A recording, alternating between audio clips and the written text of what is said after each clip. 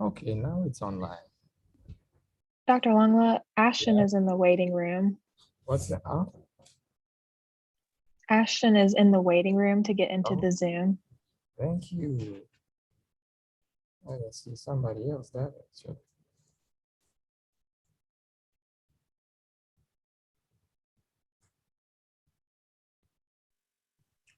All right, thank you. So, uh, is there first of all any questions on what we did last time before we start talking about this topic?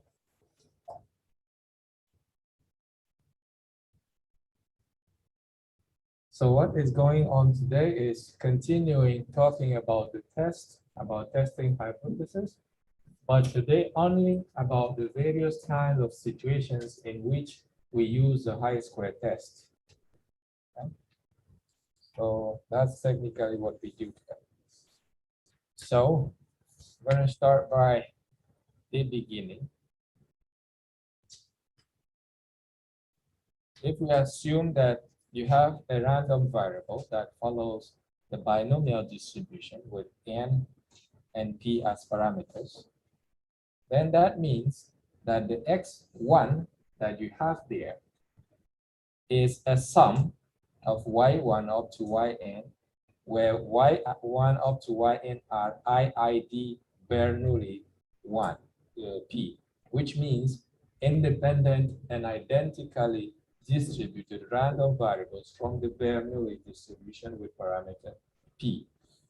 They need to be independent and they need to have the same distribution for this sum to be a binomial. Not any sum of Bernoulli is a binomial. It's when they are independent that that sum gives you a binomial. So if that is true, then by the central limit theorem that we discussed the other time, we will have x1 minus n times p, this is the mean of x1, divided by the standard deviation, is going to converge to normal 0, 1 when n is large enough. Because this is kind of an average divided minus the sample mean minus the mean divided by standard deviation of the sample mean. That gives you what you have in the central limit theorem. Therefore, if I square this quantity, because we know that this is the standard normal distribution, when I square this, what I obtain is a chi-square. So if I square the random variable that is on this side, that's it here, what I obtain is a chi-square distribution with 1 degree of freedom. Somehow in between here, what I have done is write the partial fractions for 1 over n times p times 1 minus p. When you do that, it splits like this. And in here, you can see the top is the same.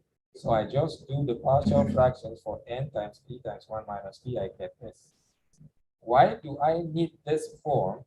Because I need to bring you to understand why, in general, we use the chi-square test when we have many options, not only one. So here, in this part, I can replace x, let's say 1 minus p, I can replace by p2. If I call this 1 minus p p2, and I replace x1 minus np by negative x2 minus n times 1 minus p, and this 1 minus p is the probability that will be related to x2, where x2 is nothing but n minus x1.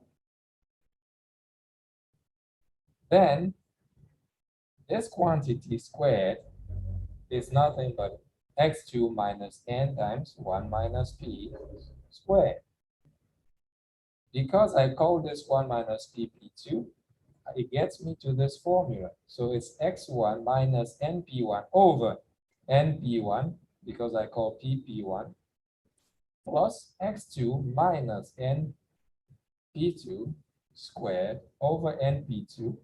Notice that p1 plus p2 equal 1. So p1 plus p2 here equal 1. So if instead of talking about binomial with P, we started with P1 plus P2 equals 1, and we have a random variable that has two options. It's either a value x1 and the value x2, with x2 equals n minus x1. Then the sum over all possible values, which are x1 and x2, is going to give you a high square distribution with 1 degree of freedom. But you're adding two things, and you get 1 degree of freedom.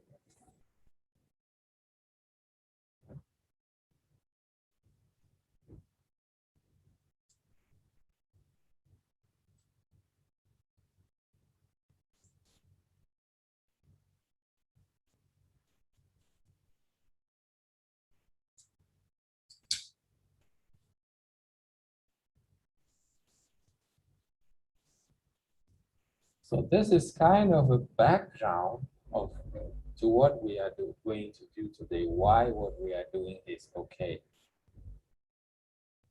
Now, this starts here.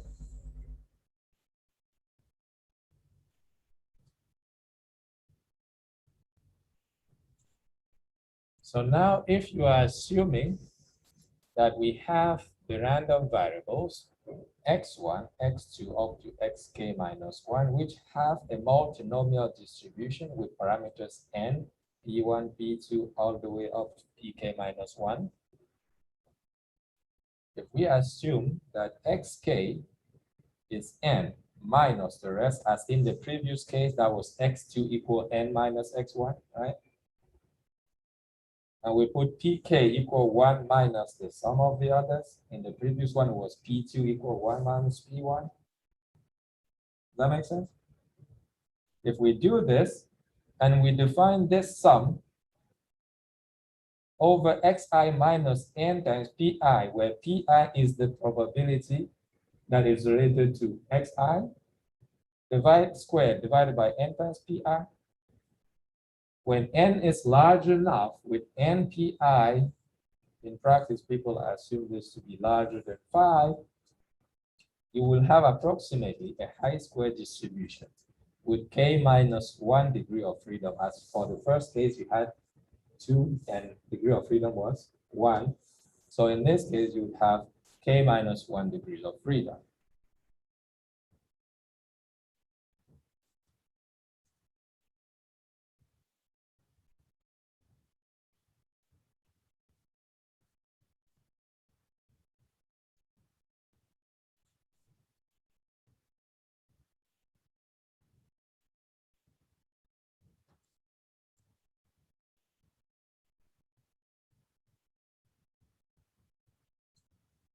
Then, so that's just something general like that. And we are going to use this in several cases. It's this same formula that we are going to apply in multiple sequences to derive other formulas that might look crazy, but they all come from this one.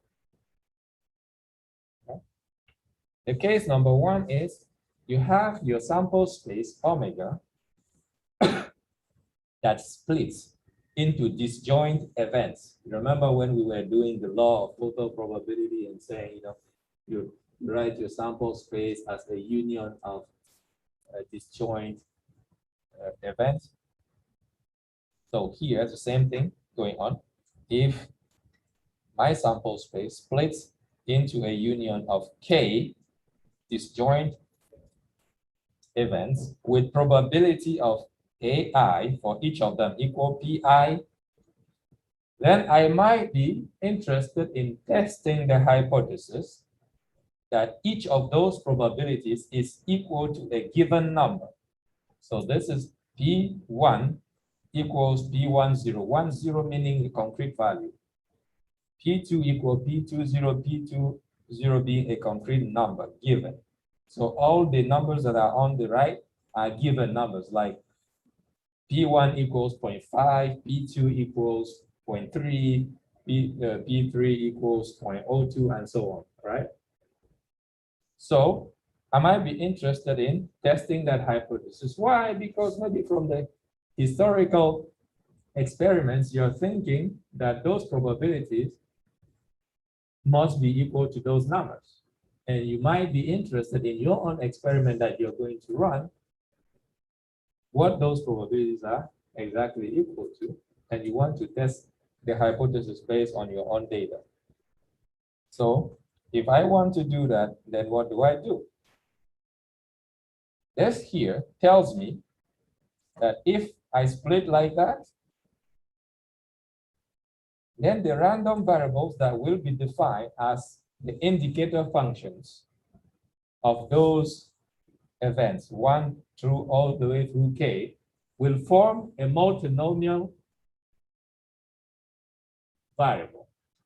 Because every time you run your experiment, you will fall into one of these with the same probability every time you run the experiment, right? Doesn't change. And you can't fall into two of them at the same time. So that's exactly what you call a multinomial distribution, the sum of such things. Same as the binomial is the sum of Bernoulli when you have just one option. The multinomial is actually the sum of experiments in which you have multiple outcomes. And you are repeating the same experiment with multiple outcomes, with the possibility that each of them comes back not changing. Am I making sense? So, because this thing here follows high square with k minus 1 degrees of freedom, that is therefore the Q that with not the Q, but the critical, the function that defines the critical region that was given in the previous lecture. So this function will be used to test whether to reject or not the hypothesis. Now, if it happens that you compute this where you put the numbers that you are using to test here in place of PIs, that's all that is the difference between this and that. So you use the numbers that you're testing for in place of PIs.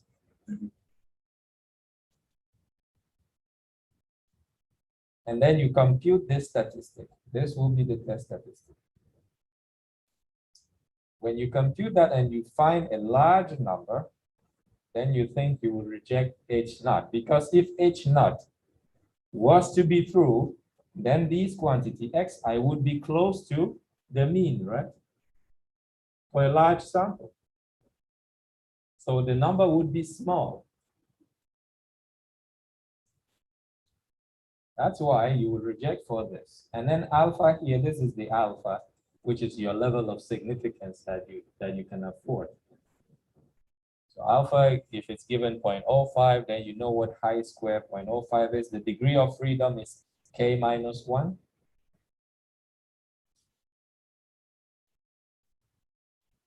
And often this thing is called the goodness of fit test.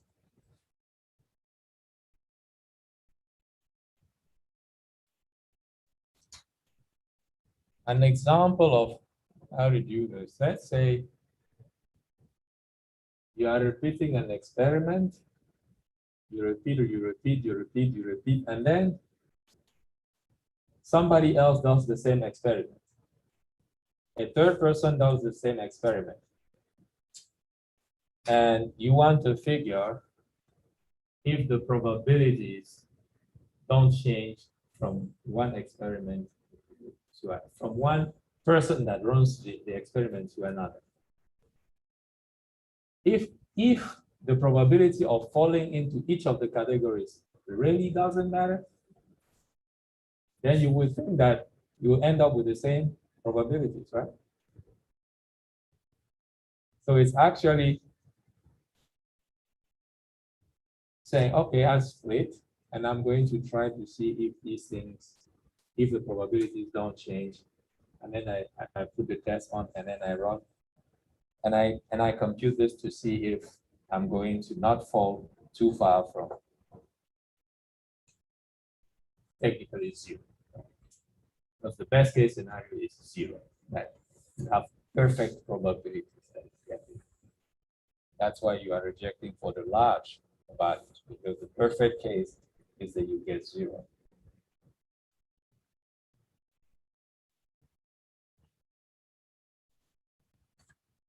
Any question on this?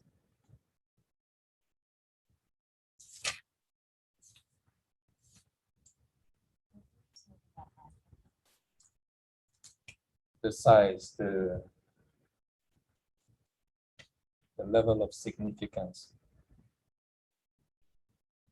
So the maximum error you can afford.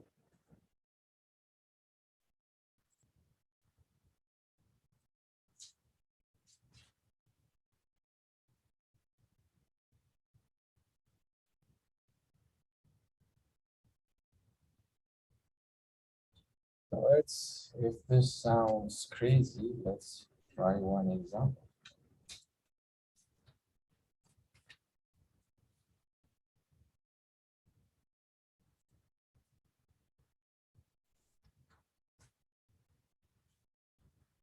Let's say a die is cast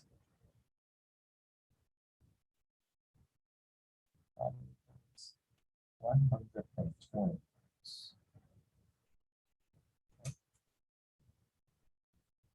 And we record the following.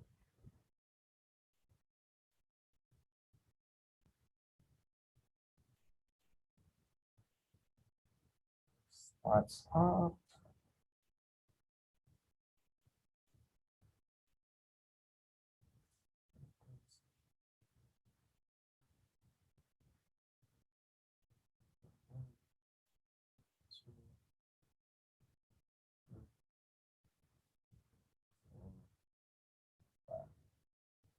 Six.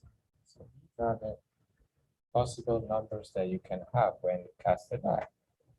6 sides. And here, let's say we have 25, 20, 20,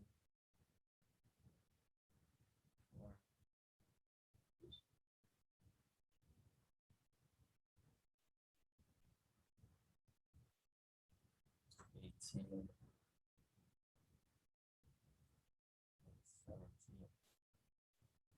So these are the number of times. This is 25 times you got 1, 20 times you got 2, 20 times you got 3, 20 times you got 4, 18 times you got 5, and 17 times you got 6. And so let's follow. Right.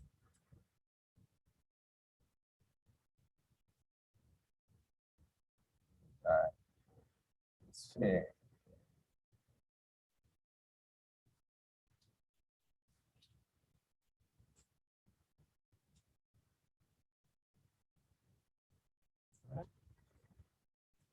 So what does this claim mean to the problem?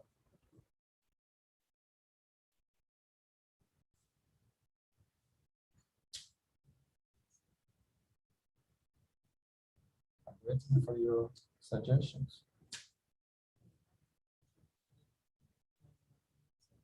Which is 1/6. Good. So that's what the claim means. The claim means that the probability of each of the sides is equal to 1/6. So that's HO P1 equal 1/6, P2 equal 1/6, P3 equal 1/6, P4 equal 1/6, P5 equal 6. And obviously, if that's the case, then P6 is also 1/6. So that's the claim. And that's exactly what the hypothesis that I was writing in here was about. That's this part. Okay.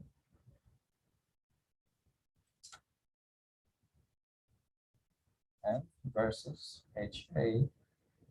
Usually in this kind of claim, the alternative is just not H0, meaning that it's not what H0 is saying. So perhaps one of them is not 1/6, or at least one of them.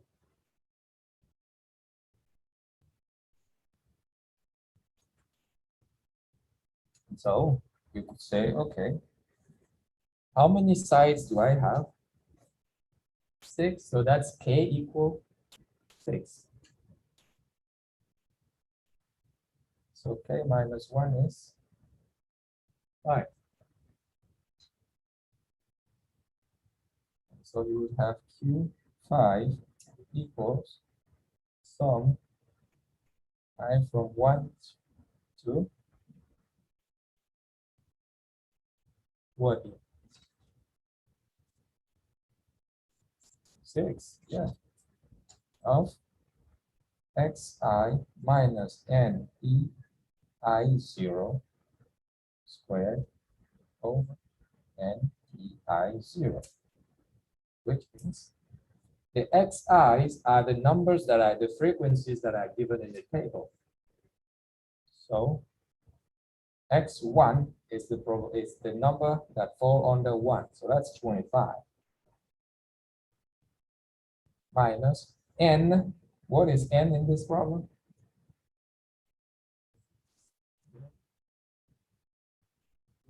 120. N is the number of observations, 120. And then pi0 is the same for all of them, equal 1/6 squared over 120 times 26. Plus, you do the next one, 20. I'm hoping that you guys are going to allow me to just say that 120 divided by 6 is 20, right? So I'm just gonna do 20 here. Squared over 20. And how many 20s do I have here? 1, 2, 3. And I just multiply by 3, right? Plus 5. I say 5. That's the best way to show the mistakes, right? 18 minus 20 squared over 20 plus 17 minus 20 squared over 20. That's what the value of the statistic is equal to. This part is 0 because obviously your 2020, that's all 0, so cancel. And all you have left is 5 squared. So this is 5 squared, 25 over 20. Plus here you got 2 squared, 4 over 20. And you got 3 squared, 9 over 20. Which is equal to, what is this? 938 over 20.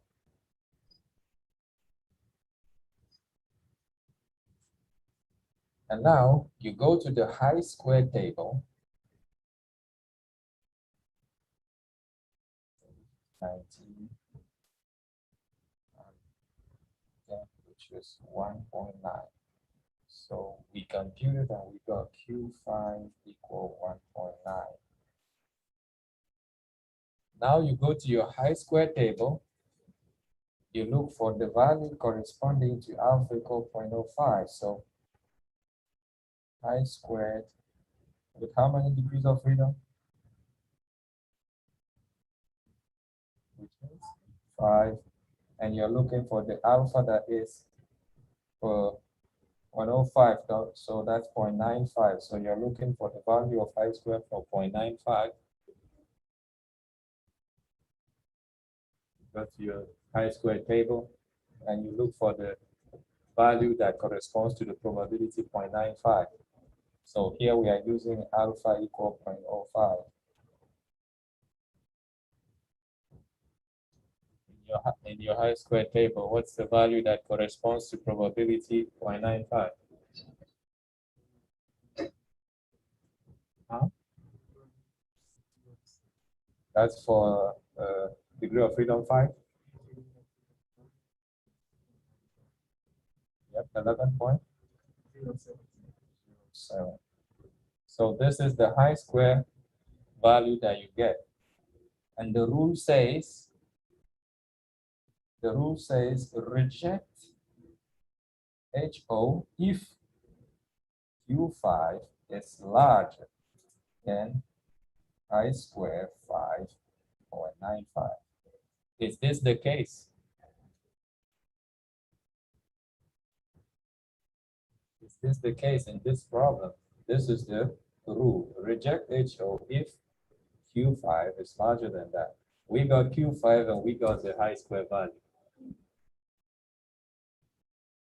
What's the decision? It is less, so what's the decision?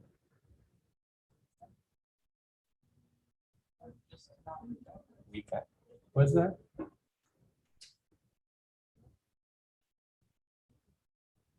We cannot reject this, right? We don't have enough evidence to reject this one. So here, the decision would be not enough evidence to reject. Oh.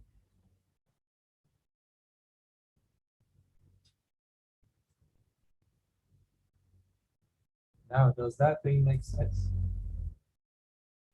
So Dr. Longla, for these types of problems, we're always going to look at, What's like, that? for these types of problems, alpha will always be 0.5. Is that correct? No. Oh, how did we know that it was 0.5?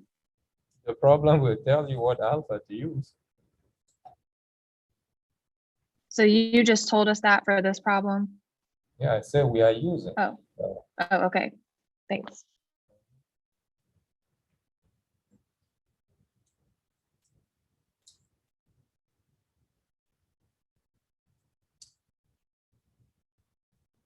There is even a problem like close to that in your book where they use the level 0.025.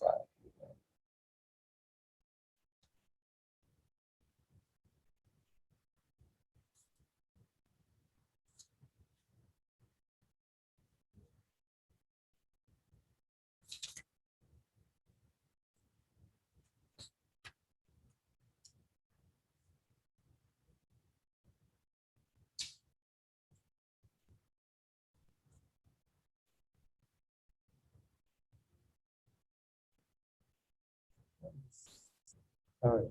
Give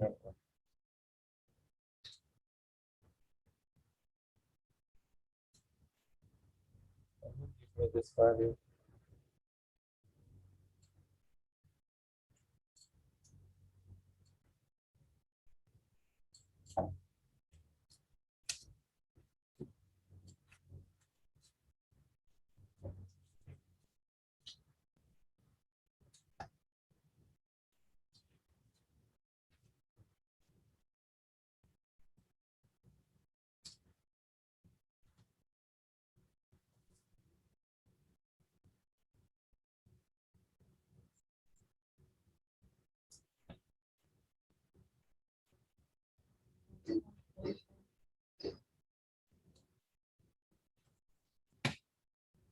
One point.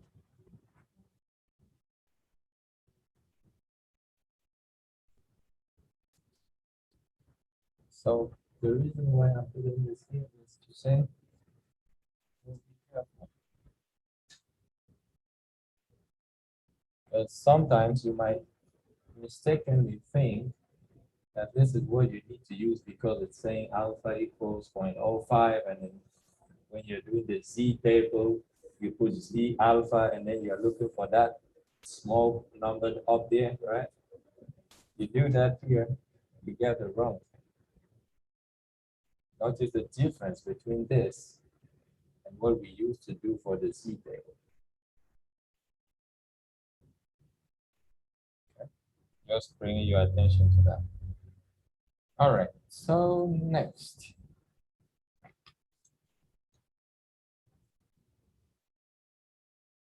Now let's look at the second case.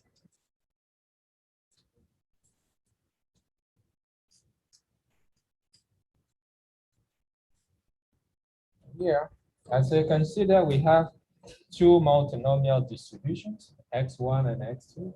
When I say x1 is actually a vector, x11, x12, and so on. And x2 is also a vector.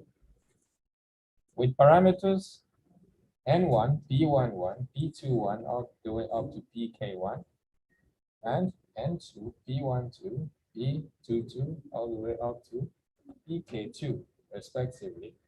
And we assume that we get two independent samples from these two distributions, means one random sample from x1, one random sample from x2. And we call xij the frequency of the component I of the variable j. There are two j's, xj, x1 and x2. And I runs from 1 through k for each of them, because each of them has k components.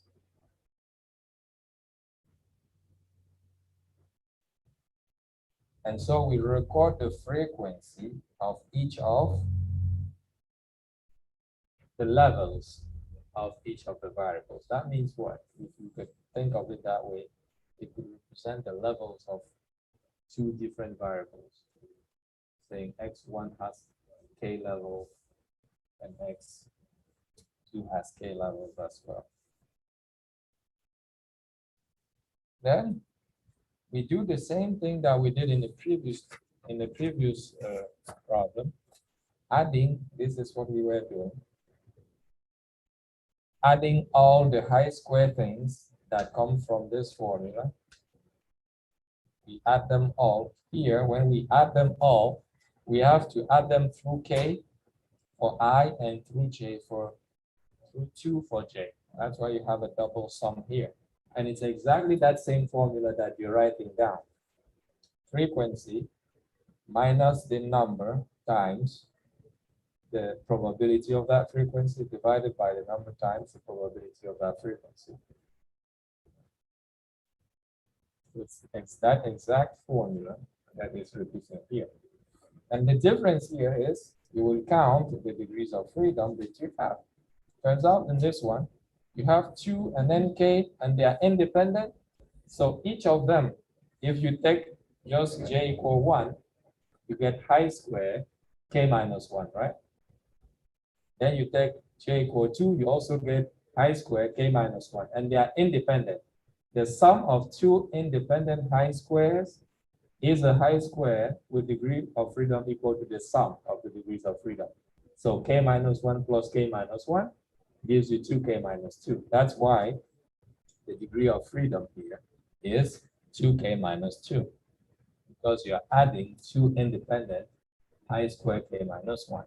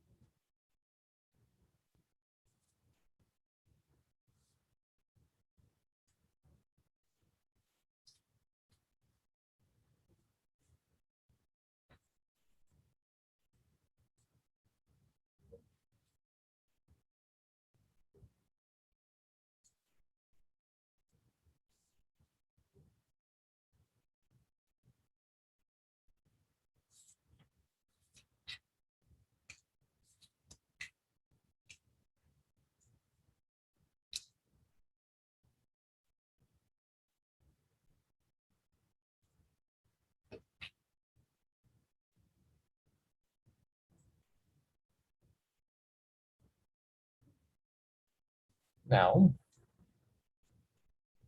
two things can happen. You can have a problem where they ask you to test. You can have a problem where they ask you to test that these probabilities are equal to given numbers. the IJs, they give you 2K numbers to test for, right? Just as in the previous problem that we had. Then you go back and do the same thing that we did in that problem, just using the degree of freedom now, 2K minus 2. Because if you are testing for specific numbers here, it's that same old problem that repeats. Okay? This formula is though interesting in the case where we don't know these numbers. And in fact, we're interested in knowing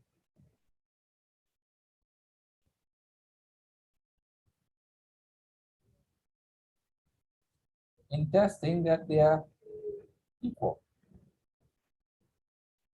across the two samples. We're interested in knowing whether these probabilities for the sample 1 are the same as for sample 2, but we don't know what they are equal to. All we need to know is whether they are same or not. In that case, because we don't know these values, but we want to test if they're equal or not, we need to estimate them. Same as when you don't know the mean and you want to do some tests, you need to estimate the mean, right? So we need to estimate these guys. How do we estimate them? If they are not known, you can estimate them using Pij hat equals xi1 plus xi2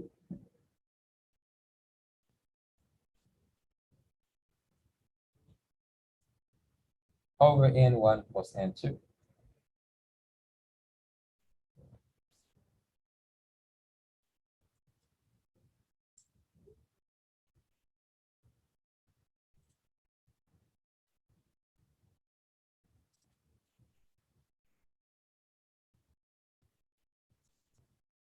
And this will be the joint MLE of when you combine the sample, when you are assuming that they have the same proportion, it technically means that the two samples come from the same population, so you combine them. And therefore, the number of successes just gets added from sample 1 and sample 2. Does that make sense? Yes. This, you are testing that they are equal. So Pi1 equal Pi2.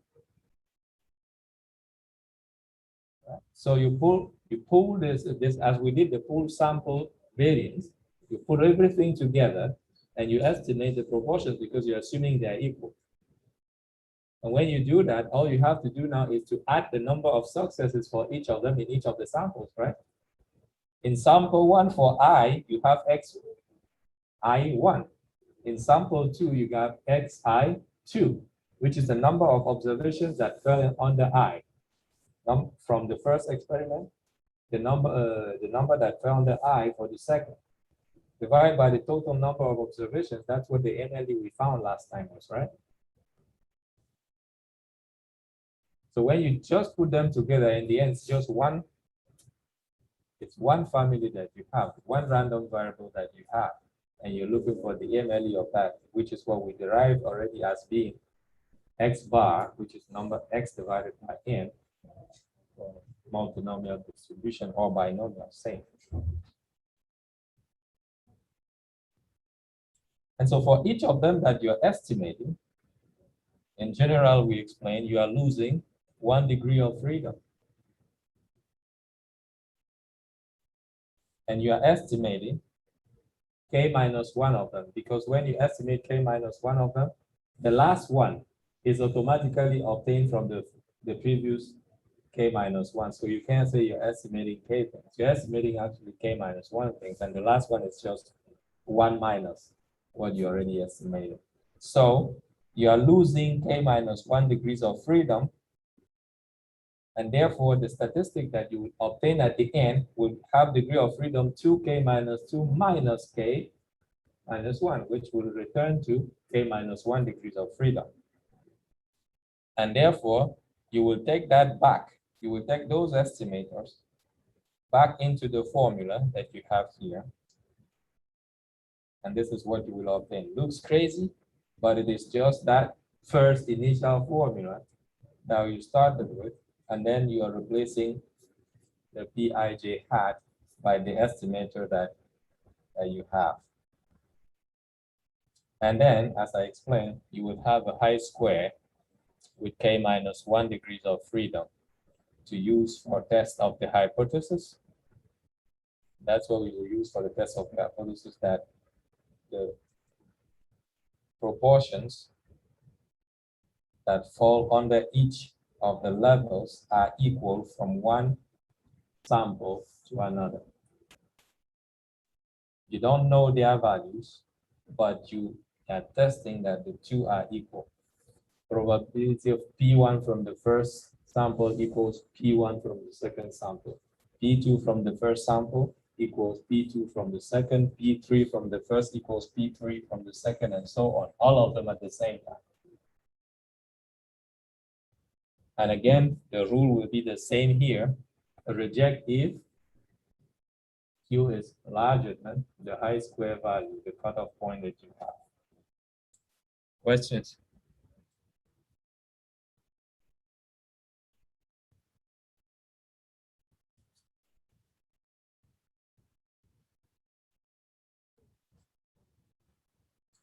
Any questions? Does it make sense?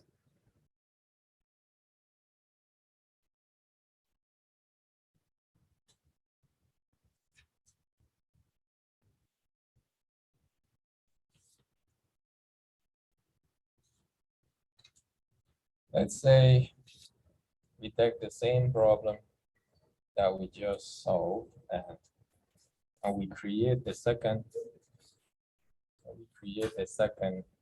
sample, which means what? That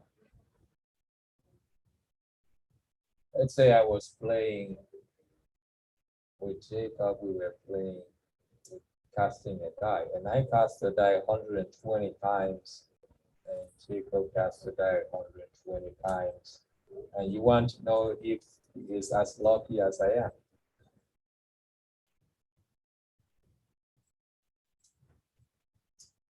Not claiming that the die is fair, just claiming that he is as lucky as I am. It doesn't matter what the die is. Does that make sense? You understand the difference between the two problems? So you have two people that are running the same experiment, and you want to see if they have the same probabilities of the sub classes of the sample space. But in the other case, there are some specific probabilities that you want to know if they are equal to. Does that make sense? So here it's a different problem. Now, let's do just that before we come back to the lecture. So, problem.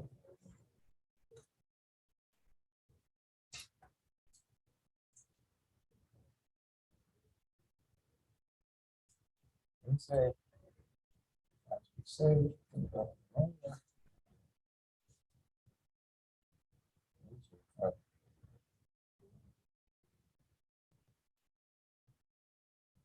after that, each 120 times. And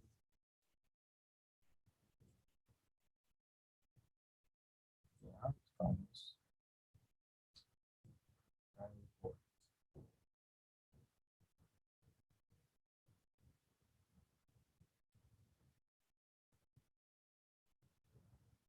One, two, three, 4, 5, 6.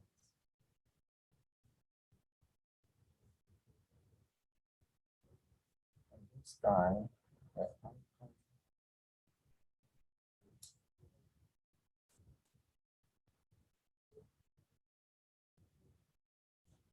So let's say what happened earlier was my results 25, 12, 12,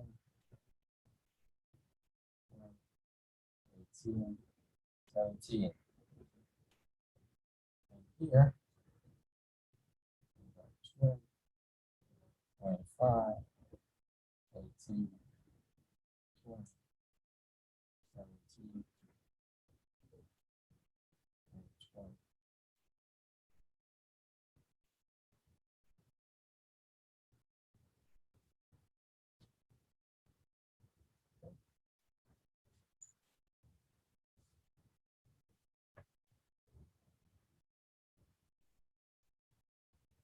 Now we want to test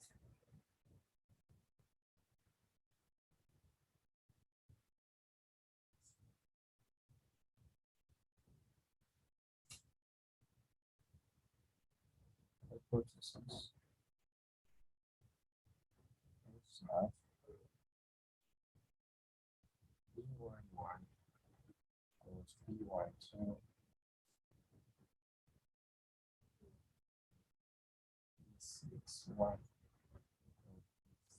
equals B62. Well, George not H not. So we are not claiming that the die is fair. We just want to know if I have the same chance as Jacob to obtain each of the outcomes.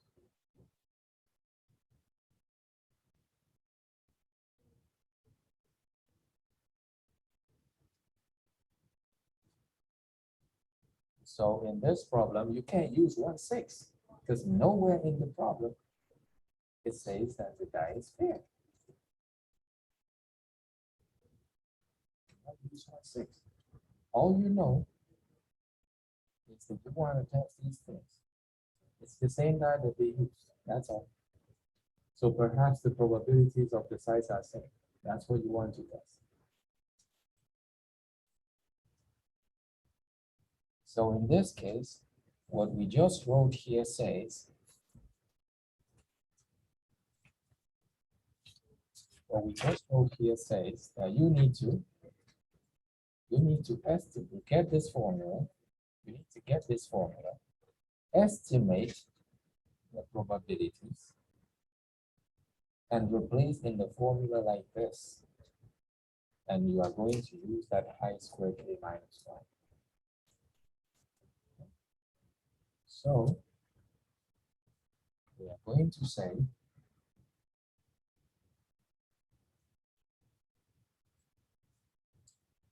that we have Q5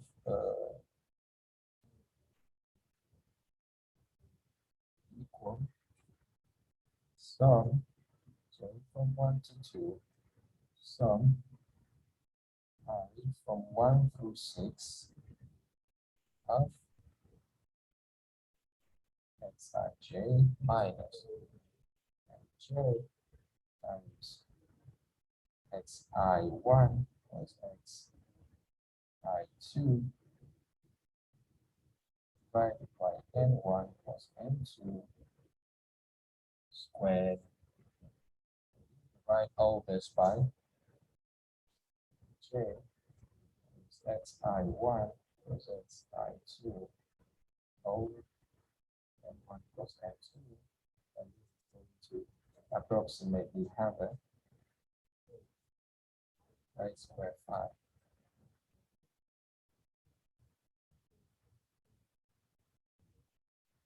And so we are going to start computing that Q5. X ij. It's the entries that we have here. So we have to stop at each of the entries and compute. So we start here, 25. So that's 25 minus.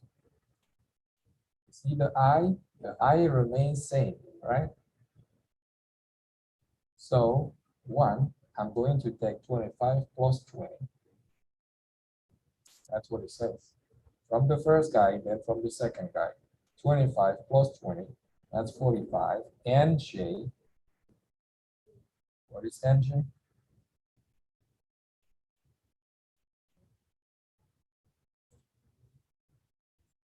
Because we are in the first one, it's going to be 120. In this problem, it doesn't matter, but in another problem, it will matter because if they don't have the same sample sizes, you need to know which one goes where, right? So if I'm standing at the position 1 here, so that's give the n for 1, which is what? The total number of observations for that first guy. Right, so that's 120 times the sum, which is 45,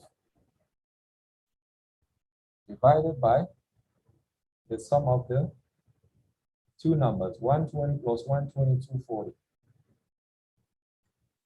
squared over. And now I want you to allow me to just use the fact that nj over n1 plus n2 is 1/2.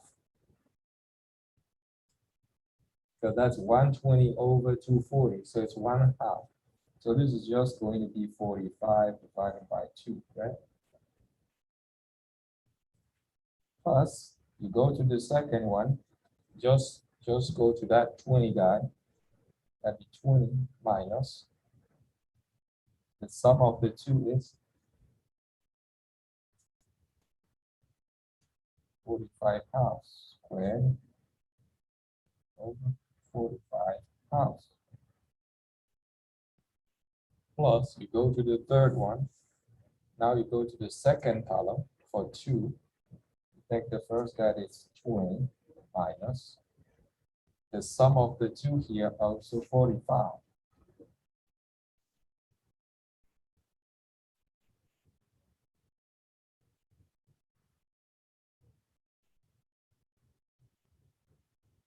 Plus, get below that 25. Dr. Longwell? Halves. 45. Yeah. The sum of the two numbers, 20 and 25. Isn't it? For x equal to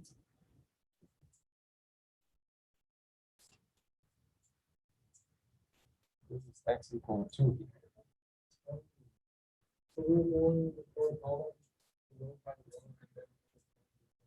Take the first column, take the second column, take the third column, because each of the columns shares the sum. So if you are just going anyhow, you are going to compute the same thing several times. Once I have x1i and x plus xi1 and xi2 works for this guy, and it works for this guy. So because I is this. So when I have it, why not finish the two first? If you move from here to here, and then you will come back here and do the same computations that you already did. So once you're here, you finish the first column, then you finish the second column, then you finish the third, you have less computation.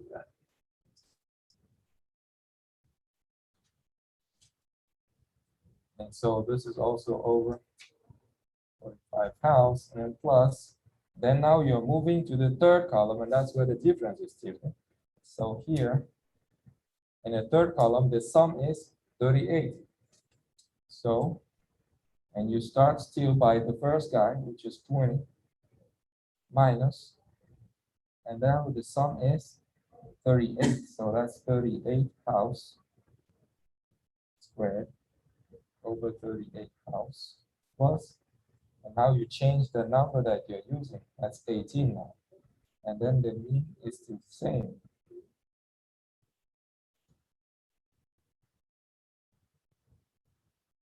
Then you move now to the fourth column. You have 40, the sum is 40, and you take 20 minus 40 halves squared over 40 halves. Plus, you move to the number below, it's also 20 minus 40 halves squared over 40 halves. Plus, now you move to the fifth column. which is 18 minus, and the sum is 35. So that's 35 house squared over 35 house. Then you take the number below minus 35 house squared over 35 house.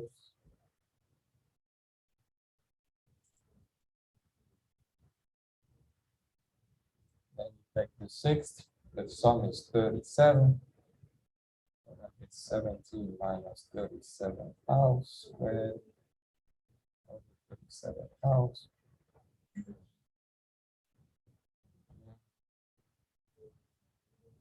20 minus 37 house squared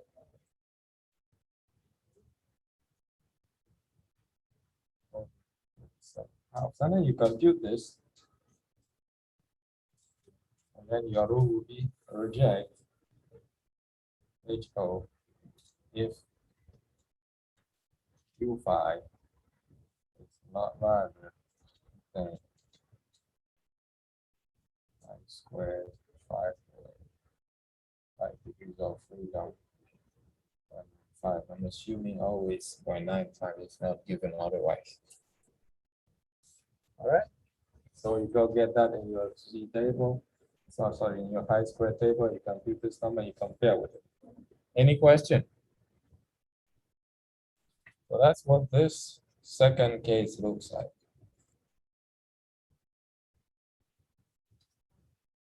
Any questions?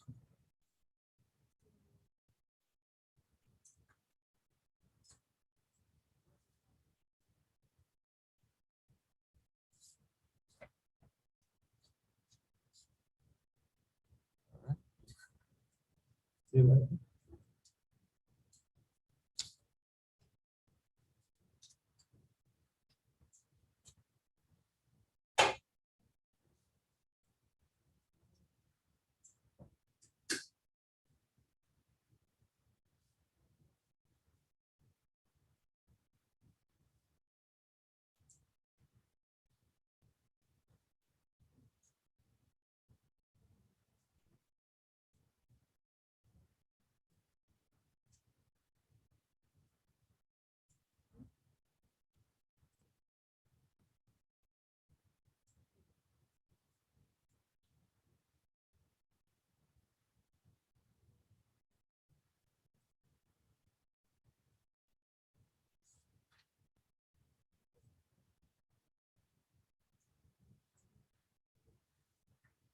All right. So then next,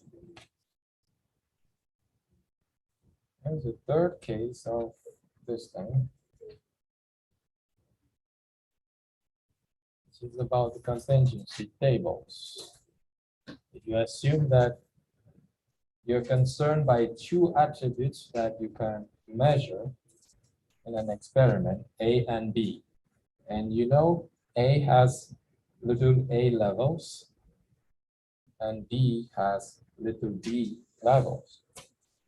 And then we work with this one.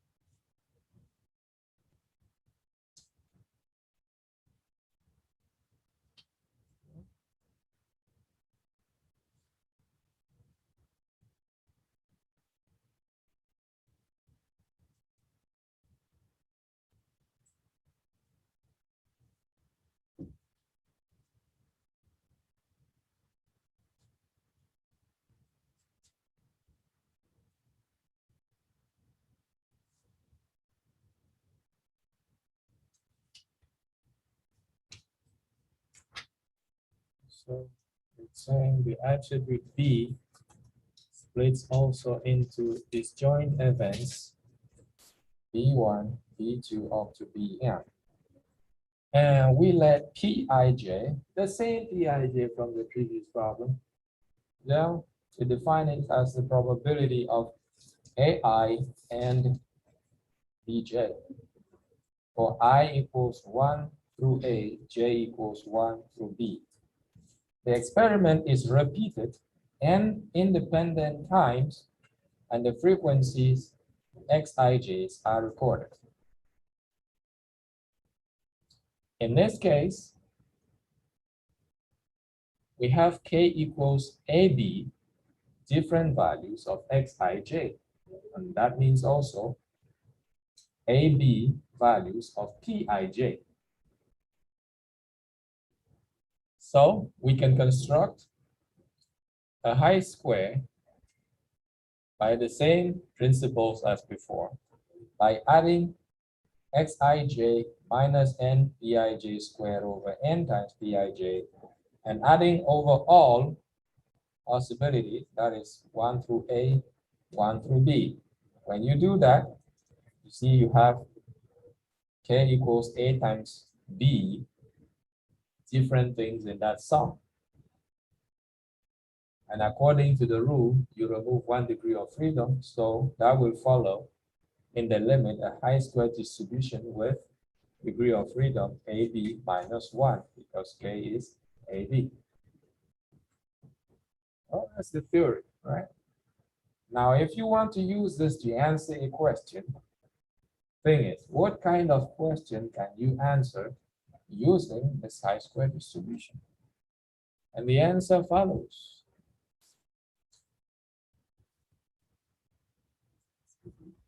This is what we often call the test of independence in the contingency tables.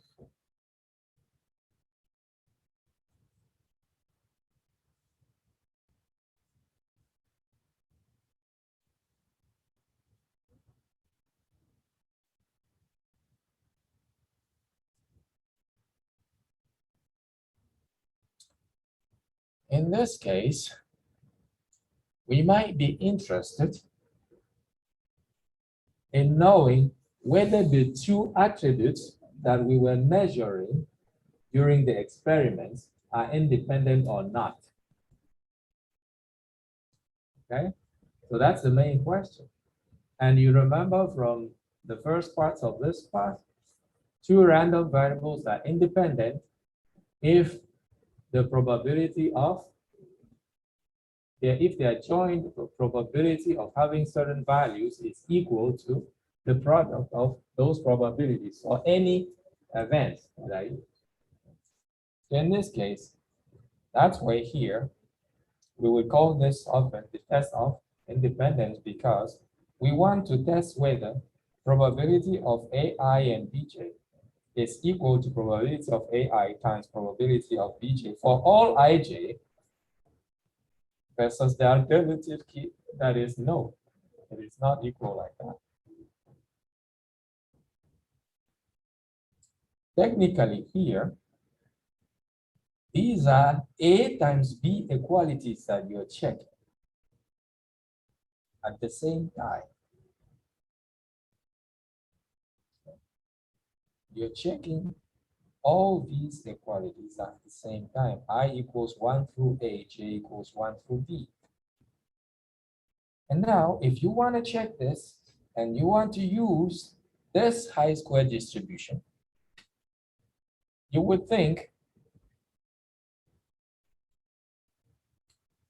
that this would tend to be small, right? You want to estimate those things.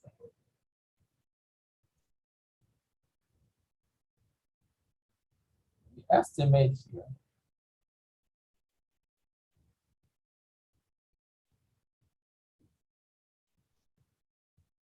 remember, when you're doing the test of hypothesis, the first thing you do is that you're actually assuming that the null hypothesis is true to have the distribution of the test statistics, okay?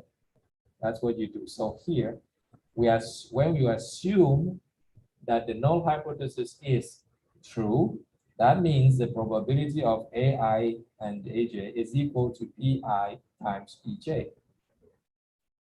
So that would be, this is what we are replacing here. So I'm going to estimate the probability of AI, estimate the probability of BJ, and multiply them, okay? Because that's what we are assuming.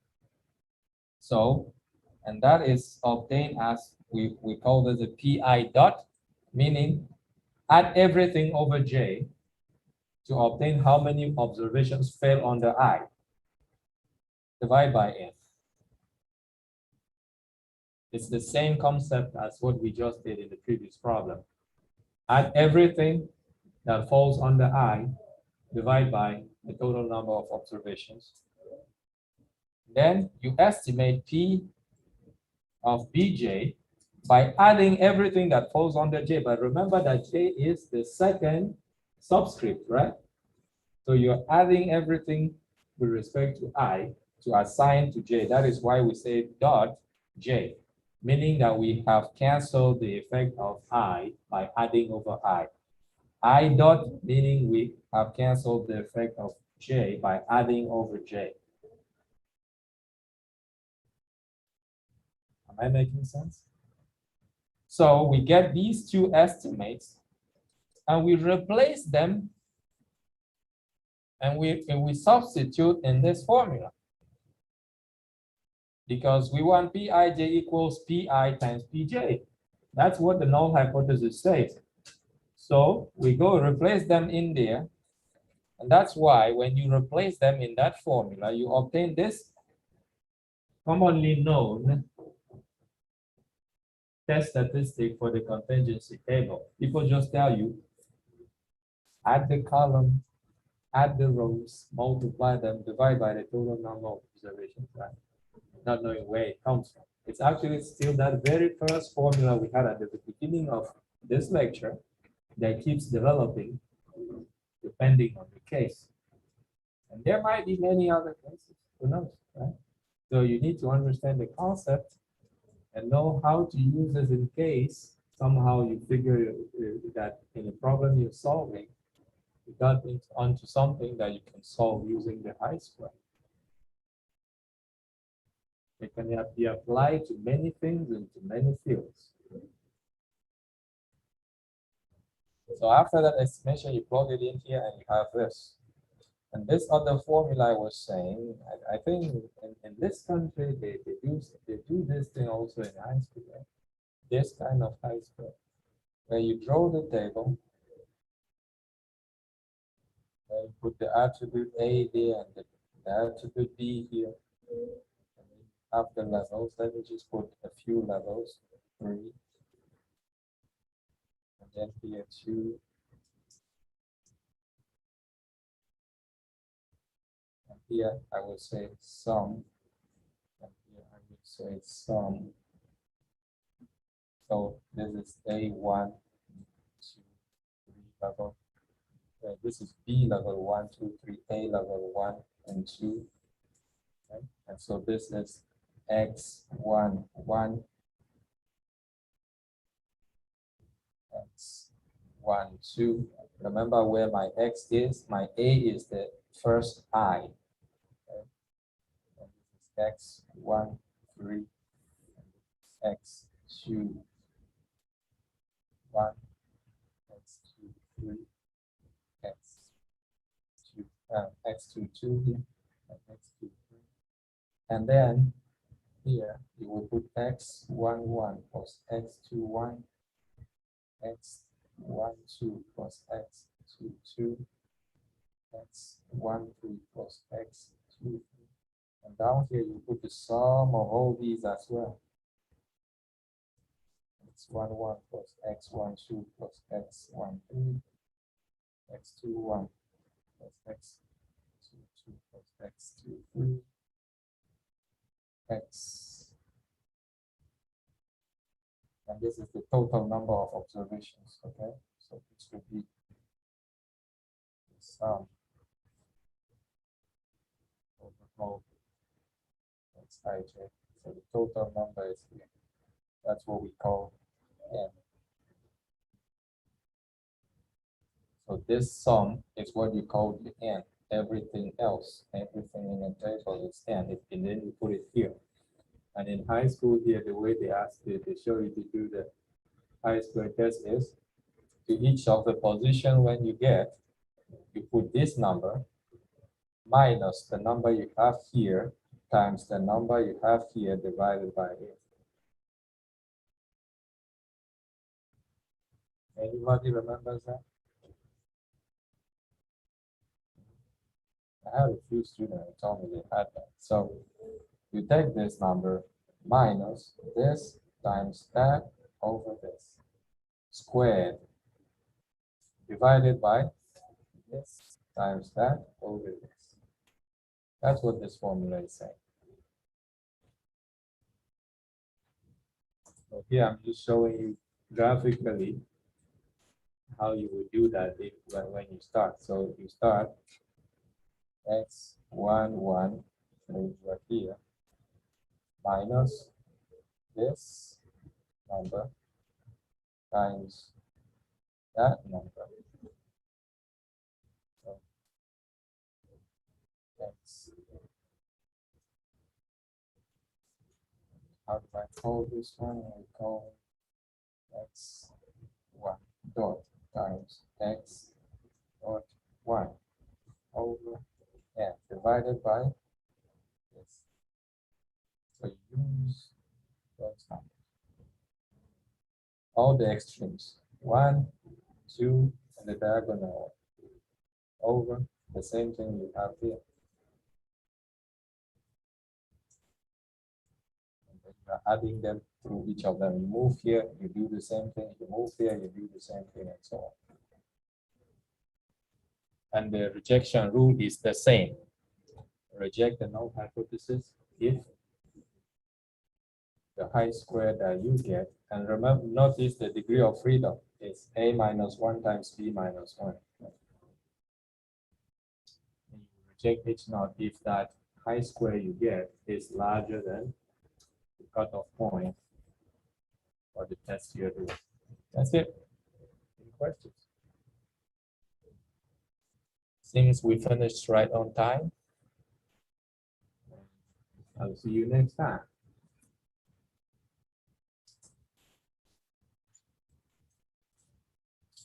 We have 2 more homeworks to go. One that is due on Wednesday.